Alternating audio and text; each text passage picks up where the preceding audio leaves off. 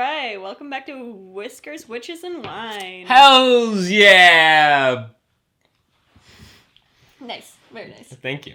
Yeah, Thank you. Good. So, you may be wondering, what are we going to be doing on the second episode of this podcast where we tell a story written by this one? Well, spoiler alert, we're going to read the second episode. Chapter. The second chapter. Anyway, maybe they're wondering, how's your life been? Oh, it's been good. It's been the usual. Been home. That's all I do. I stay home. I sit home all day. So, it's been good. Good. Yeah. Awesome. Been hanging out with the cats. Who doesn't love hanging out with our cats? Seriously, though. They're the best. Quite literally, every single fucking person that meets them loves them unconditionally. Okay, I'm not even kidding. I'm gonna go grab one real quick. Ready? She's so cute. She's so cute. This is a Sami. We didn't introduce them last time because we assumed they would walk across the frame, but they did not. Nope. So, this one is a Sami. She is super cute. And I promise she loves me. Even if she's trying to escape right now. Yeah. She really likes her mom, though. Usually. Usually. Yeah. And the second cat is a very sleepy girl. I'm so sorry that he stole you. You're so cute. They're really just too adorable not to show them. I mean, look True. at this face. She's like, no. Get away. All right, you can go now, babe. Oh, God. She's like, you're telling me this was all for nothing? We just love you. Yeah, you're cute. Anyway, with that getting it out of the way. That was great. Thank you. Now that we've gotten that out of the way, do you want to dive into the story? Yeah, let's do it. Awesome. Read me my book. Read you your book. Yeah. Quick recap before we start off. Yeah, Birdie's about to tell a story, basically. Who's Birdie again? Birdie's the grandmother. So Okay. Izzy arrives at midnight. She meets her strange new family. Well, not new, but new to her. Mm-hmm. And after kind of figuring out that her family's pretty much a bunch of weirdos, Birdie, the grandmother, says that she's going to tell her a story, the story of midnight. And that's the chapter 2, the story. That's right. Thank you for that. This is A Journey Through Magic and Myth, Which in Progress. Chapter 2. In 1620, there was a ship that set sail from England with the prospects to settle the New World, as they like to call it. And this ship was called the Mayflower. You've likely already heard about this ship. I know that human children often learn about it in school, albeit a somewhat glorified version. But something that is lesser known among humans is that the Mayflower was soon followed by a second, smaller ship called the Rosebud.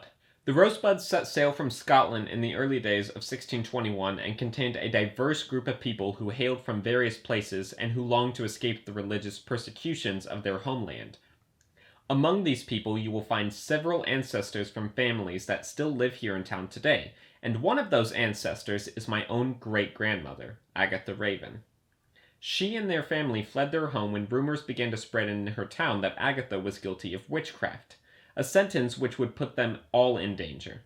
Well, after almost 3 months at sea, this group of refugees prevailed in their journey and finally laid anchor somewhere near Bar Harbor, where they encountered a group of natives. These natives were naturally skeptical of newcomers, and rightfully so, but they soon realized that they all had more in common than they had first expected. You see, this group of natives had been ostracized by their own tribes and communities and had come to the north in search of safe refuge, as the newcomers had, but more importantly, the things that had marked these individuals as different was what they all now had in common.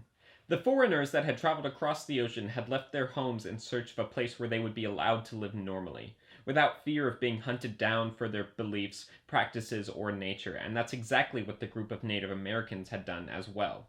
They all knew of the dangers and heartaches that had a tendency to follow when their kind tried to coexist with humans. But thanks to this newfound partnership, the two groups managed to work together and find a place they could call home. It took several months of searching, testing out potentially suitable areas, and negotiating with the other local tribes, but eventually our group of foreigners and natives were able to claim a small area of land as their own. By utilizing their talents and their differences, this collection of strangers built the foundations of this town and even mostly succeeded in hiding it away from the rest of the world. Humans who encountered the strange town would think nothing of the place they had just passed through, and would soon find that they had no memory of visiting the place whatsoever. Meanwhile, the mystical and magical creatures who resided there had finally found a place where they would be allowed to thrive in their basic nature, knowing that the dense forest that surrounded them was also keeping them safe. As time progressed, the families that had chosen to take up residence in the town of Midnight began to procreate and fill the town with younger generation, and they soon realized that they needed proper infrastructure. A school was erected for the young ones, places that offered employment and enjoyment for the older, and a mix of restaurants and pubs were opened which contained some very peculiar menu items to satisfy the diverse cravings of the inhabitants. While the rest of the country continued to evolve and eventually got themselves involved with conflicts across the globe, the town of Midnight began to fade into obscurity and legend as the humans in the surrounding areas passed on and brought the only living memories of Midnight with them. But within the city, life continues to thrive for the descendants of those who so long ago founded our town with the goal of creating a safe haven for magical creatures. Do you understand the meaning behind my story? Birdie asked cautiously, but Izzy didn't move. She couldn't. She gazed silently into the flames of the candles that sat in front of her, feeling the two sets of nervous eyes that were watching her every move, but she couldn't bring herself to meet them. Her mind was spinning, and the thought of moving an inch made her awfully nauseous. Birdie had said that all of her questions would be answered, but right now Izzy had far more questions than she had to begin with. Was this story honestly supposed to help her understand what was going on? In the end, Izzy was able to swallow her nausea and lift her eyes from the flames, but the flickering figures continued to dance on her retinas long after she turned to face her relatives. I really like that imagery there. That's some really nice. That's some good shit right there. Thank you.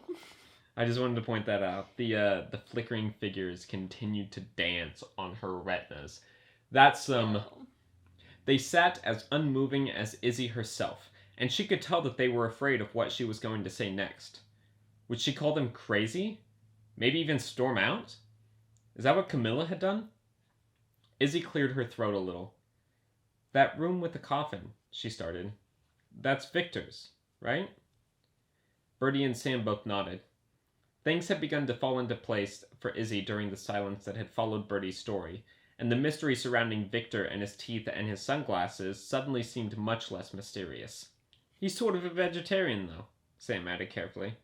That's been a requirement for staying in the Midnight since the mid-19th century.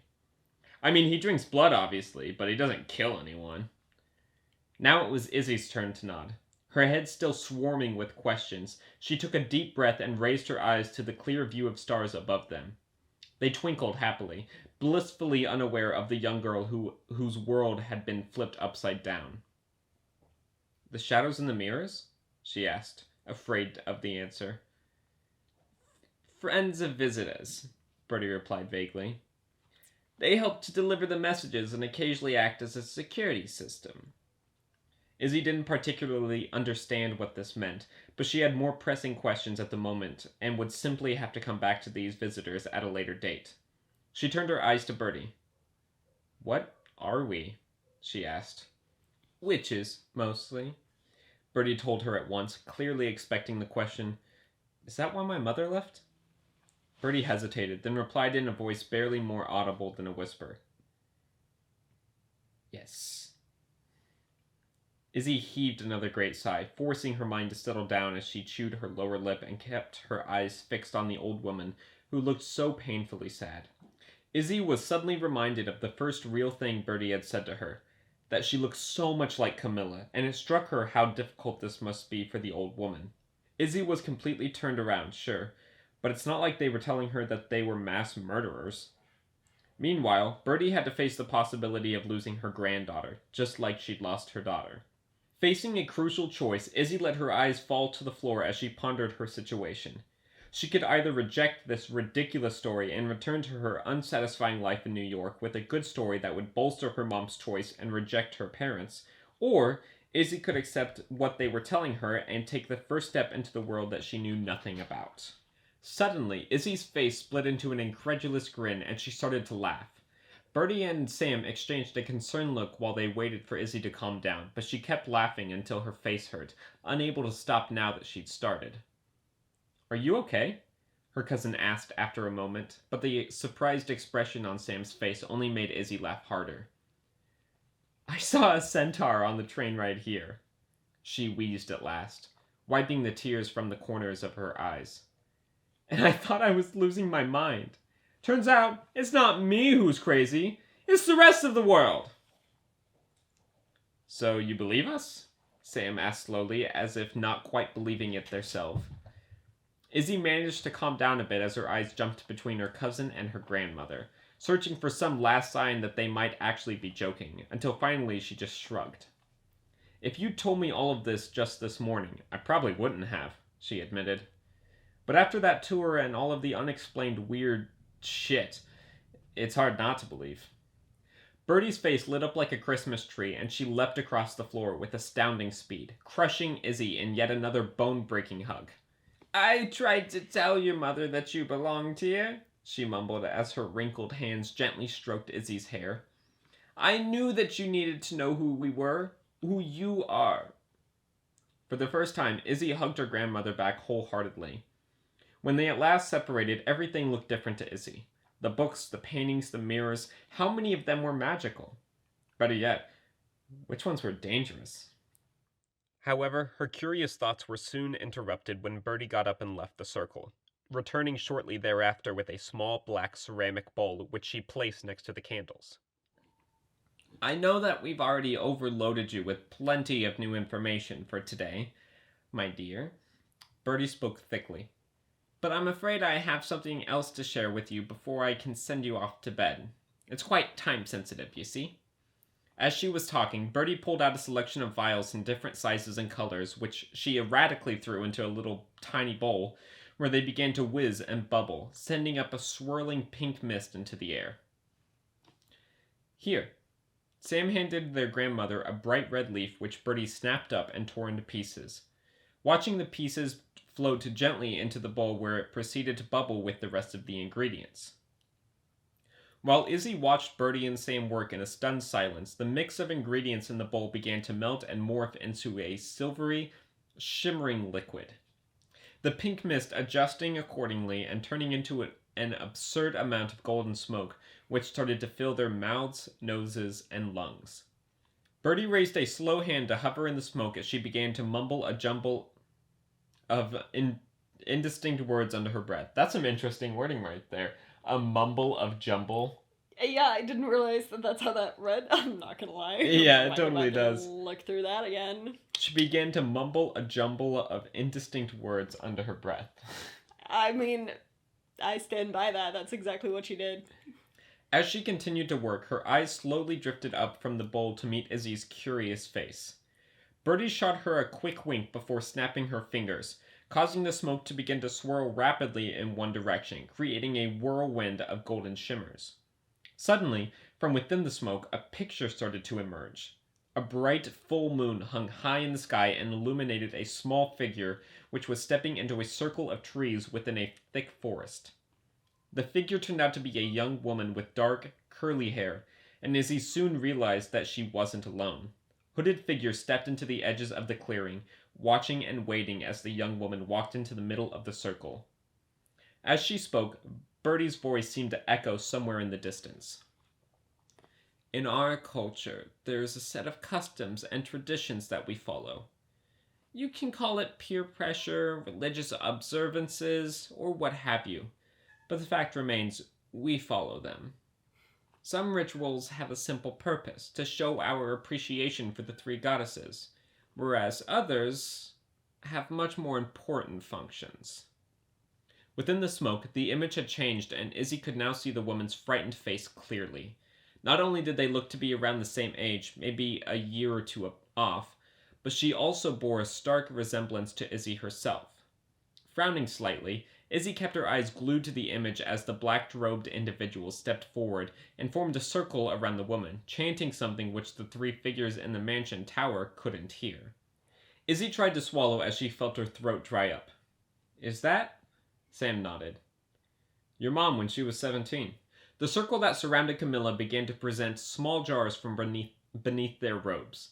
Jars that apparently held some kind of paste, as evidenced when the strangers stuck their hands into the jars and used the paste to draw these strange signs and symbols all over Camilla's skin, from the tips of her toes to the top of her forehead. Izzy continued to watch the images within the magical smoke blur and change, showing them a few figures which looked like ancient Celtic symbols before the scene changed again. Birdie's eyes began to tear up as she watched, and she began to explain. On All Hallows Eve, on the year that a witch turns 17, she is supposed to announce her dedication to the witch-kind ways. This is done through a ceremony we affectionately like to call the dedication ceremony. Although I will admit that it's a slightly misleading name, as it doesn't actually tell you anything about what is required of you. What is required? Izzy asked, her heart beating faster with every minute that dragged by. But Birdie didn't offer any further explanation. Instead, the three of them continued to watch the scene in the smoke, and they watched as one of the strangers stepped out of the circle and handed Camilla a polished silver dagger. Izzy felt her confusion and horror rise in her chest as the circle stepped back and at once doubled in size, leaving several feet between them and her mother. Camilla raised the dagger high above her head and, with a single thrust, brought it back down again and deep into her own chest. Izzy cried out as Camilla's body fell to the ground, limp and small, and she stared at Birdie in utter bewilderment. But Birdie just kept her eyes on Camilla and nodded for Izzy to keep watching. For about 10 seconds, nothing happened. But then it was like the moon suddenly increased in brightness by 1,000-fold, and it became almost painful to look at the image. In spite of the morbid curiosity, Izzy and her new family members were forced to look away from the scene. The light held steady for almost a full minute until it finally died back down again. Tentatively, Izzy opened her eyes. Standing there in the smoke was Camilla, not a trace of dirt or paste on her, as if nothing had happened. In fact, she looked better than before. Her face was lit up in delight, her arms outstretched as if waiting for someone to embrace her. Izzy would have said that she was practically glowing, but that wasn't true. She was literally glowing. The ceremony doesn't exactly have you announce your dedication, Birdie finally explained with a thick voice.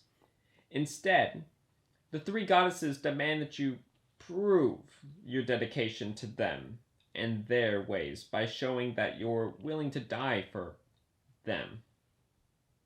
In return, they grant you incredible power and a long life where they will watch over you and your loved ones. That is, if you're lucky enough to survive the transition. Izzy stared at her grandmother with utter incomprehension for a long moment. When she realized that her mouth was gaping, she quickly shut it and took a deep breath to steady herself. Izzy felt as if she'd just finished watching a horror movie. Her heart was still racing, and her mind couldn't seem to find anything logical to hang on to. She could almost understand her mother's hesitation and eventual decision to run away from this life. It definitely demands a lot from you, even if the reward is great. How many have died from it? Izzy asked, and Sam snorted under their breath. Technically, we've all died from it, they mumbled, but Birdie shot them a sharp look. That is true, she said hesitantly. But you don't have a thing to worry about, dear. You're a legacy, and we don't have a single person in our family who has failed to complete their ceremony. Birdie reached across their little circle and gave Izzy what was supposed to be a reassuring clap on the shoulder, but which ended up being more of a quick clap followed by several smaller pats as the old woman made sure that her sleeve didn't catch on fire from the candles that stood there on the floor, flickering and dancing like there was no tomorrow. That sounds hilarious. Just like, oh, it'll be... like, don't mind me, just don't want to be on fire anymore, thanks. It'll be okay! Izzy, on the other hand, couldn't help but think that there was more to it that they weren't telling her yet. In a matter of minutes, her whole life had been turned on its head, and suddenly nothing made sense. And now she was expected to go through a ceremony that she knew nothing about to join a group of people about whom she also knew nothing. What's a legacy? Izzy asked, still staring at the scene in the smoke that was slowly beginning to dissipate. She was determined to get some answers before making her mind up. Birdie was still inspecting her charred sleeve with disdain, but she looked up at Izzy's question. A legacy is someone who is a direct descendant of one of the old witches, she explained importantly. They were a group of witches believed to be the first to take up residence in our world, and their descendants are thought to hold great power and potential. The three of us are perfect examples. Izzy thought about this for a moment. Focusing on the details helped to make sense of the bigger picture, but she couldn't get the look of her mother's face when she stabbed herself out of her head. She'd been afraid, but had still gone through with it. Had it been worth it? When Izzy looked up, she noticed that both Birdie and Sam were still staring at her, and she cleared her throat a little. Aren't we all descended from those witches, though? She asked sheepishly. I mean, if they were the first ones, then wouldn't we all be related to them in some way or another? Birdie grimaced uncomfortably. It's really just an old legend, so we shouldn't take it too seriously. Although, it is true that a witch can only be born by someone who has witch blood. Only, not all of them can be traced back to the old witches. Izzy frowned. I don't understand. The old ones are just a group of witches some lonely historian was able to identify from paper trails and public records. Sam cut in as Birdie opened her mouth. There were probably other witches around at the time, just none that we can verify. Oh. Izzy gave a nod, but she still didn't really get it. And you said that the ceremony takes place on Halloween? That's correct. While Birdie absent-mindedly wafted away the smoke that still lingered in the air from her spell, her eyes shifted upward to the stars, and Sam and Izzy quickly followed suit. Izzy couldn't really see anything special about the stars other than that they were brighter and clearer out here compared to in the city, but Sam and Birdie both studied the sky carefully. Halloween's only a couple weeks away, Sam mumbled under their breath, and Izzy looked at them with great curiosity. You can tell that from the stars? She asked, her eyes gleaming with interest. Sam raised an eyebrow and shot her an amused look. No, but I know how to read a calendar. They pointed offhandedly toward the wall behind Izzy, and as the girl turned around, she immediately spotted a brightly colored calendar that hung lopsided on the wall by the stairs. October evidently featured several cats in a wheelbarrow, something which definitely did not fit in with the rest of the dungeon-like decor. Izzy snorted in surprise and immediately received a sharp look from her grandmother. Is something funny about my calendar? She asked with a pointedly raised eyebrow, a habit which Izzy assumed must run in the family because Izzy had seen that look many times on her mother. She quickly pressed her lips together to stifle a smile and shook her head, and Birdie's eyes narrowed as she glared at her two grandchildren in mock severity before turning her eyes back to the stars. Sam and Izzy grinned at one another, overjoyed by the fact that this ancient and mysterious witch had a hallmark cat calendar hanging in her dungeon tower, but eventually turned their focus to the sky as well. Sam's right, Birdie noted in a more serious tone. Halloween isn't far off at all, but I'm certain we can get you up to speed in time. Get me up to speed? In her head, Izzy pictured training sessions like those she had had as a child when she was first learning to throw knives. Only this time, she would be the target. She knows how to throw knives? I'm pretty sure I mentioned that in chapter 1, too. Did you? I think so, because you had the same reaction. You were like, that's cool! I mean, it is cool, but... Oh, yeah, because she walked into her bedroom and found the target. Oh, yeah, you're that right. She was like, a normal person would have probably assumed that was an archery target. It's not. It's for my knives. Well, you haven't had an ounce of witchcraft education in your whole life, so one can't expect you to be ready for the ceremony without any preparation, Birdie explained patiently, and Izzy let out a small sigh of relief. We tried hard to get your brother down here in time for his ceremony, too, but your father had conveniently planned for him to go away on an exchange trip during that time of his schooling, so unfortunately he missed his opportunity. Izzy remembered that trip well, even though she hadn't been the one to go.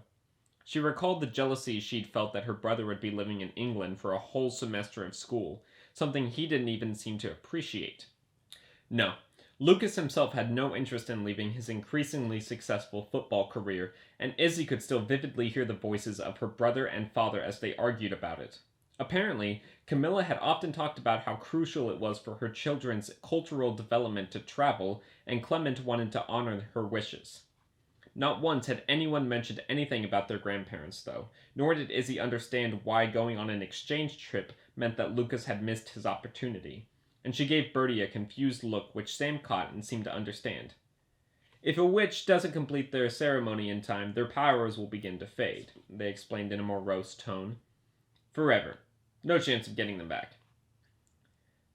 So, Lucas could have been a witch too? If it weren't for our parents? Izzy asked through gritted teeth. She was feeling both guilty for getting to enjoy this amazing opportunity that her brother missed, and angry at her mother for keeping Lucas from making his own decision about something this huge. We got you here in time, though. Birdie smiled encouragingly, and Sam and Izzy both looked at her in surprise. It took a little bit of meddling to get that cop to finally realize that the car you were in was stolen, but he got there in the end. Izzy was speechless for a minute. You got me arrested? She finally demanded, not sure whether she wanted to laugh or scream, but Birdie simply gave a nonchalant shrug of her shoulders. Honestly, I shouldn't have had to meddle at all. I introduced the idea of sending you here several months ago in a letter I sent to your father, hinting that the young women in our family have always been a handful, but that at least we know how to handle them. But he didn't seem desperate enough just yet, so I needed to push him just a bit further. Then that cop threatened to blow the whole thing when he just watched that car race by. I had to do something. What did you do? Izzy asked, her eyes wide and full of awe. I convinced him that it was stolen, Birdie said plainly. As Sam fell into a fit of laughter, Izzy couldn't help but to join in. She still didn't know what to feel about everything, about her mom and witchcraft and the ceremony, but she did know now how she felt about her new family. As strange and bold as they might have come across, Izzy knew instinctively that she was exactly where she was supposed to be. She was with her family. This was when Birdie officially called it quits for the night and sent Sam and Izzy downstairs for bed. As Izzy followed her cousin down the metal steps back down to the floor with their bedrooms, she heard Birdie muttering something under her breath about how Clement should have had more faith in her. And that is where we are going to leave it. That's the end of the chapter. Thanks for tuning in.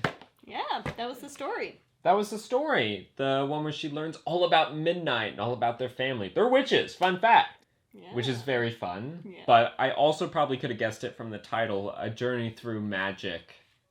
And Myth. Which, in progress, is the title of this book specifically. So, yes, it should be fairly obvious. Yeah. But it's nice to finally kind of settle into the story a little bit. Yeah. I feel like now we're going to get to see the ceremony and her training for the ceremony. Mm-hmm. Probably her training first. Gonna get to see a little bit more of Midnight. I wanted to ask, because Birdie specifically says witches for the most part. What do you think, because there are two main category of magical creatures in their family. What do you think the other one is? There is more than two, but just those are the main two for the most part. That's a very interesting question. I almost want to say a centaur, just because that's the first thing that she saw. It's not a centaur. I really don't have any guesses. Well, I guess we'll find out then. I guess we will. I hope you're enjoying it. I'm enjoying it. I love hearing you read me my book, so I get to re-experience it and find places that need fixing. Yeah, it's from a whole new perspective too, because I have no idea what the fuck's gonna happen. Anyway, we should probably end it here so that we don't go on any more tangents. Thank you for listening in. If you want, please subscribe, and all of that jazz. All that jammy jams. And we'll catch you next time with Chapter 3, which is entitled The Farmer's Market. Exciting! Who doesn't want to go to a farmer's market on a Sunday morning? Trust me, you'll want to go to this one. If there's not frog's legs in this farmer's market, I'm going to be a little upset. Anyway, thanks for tuning in. We'll see you next time. Thanks. Bye.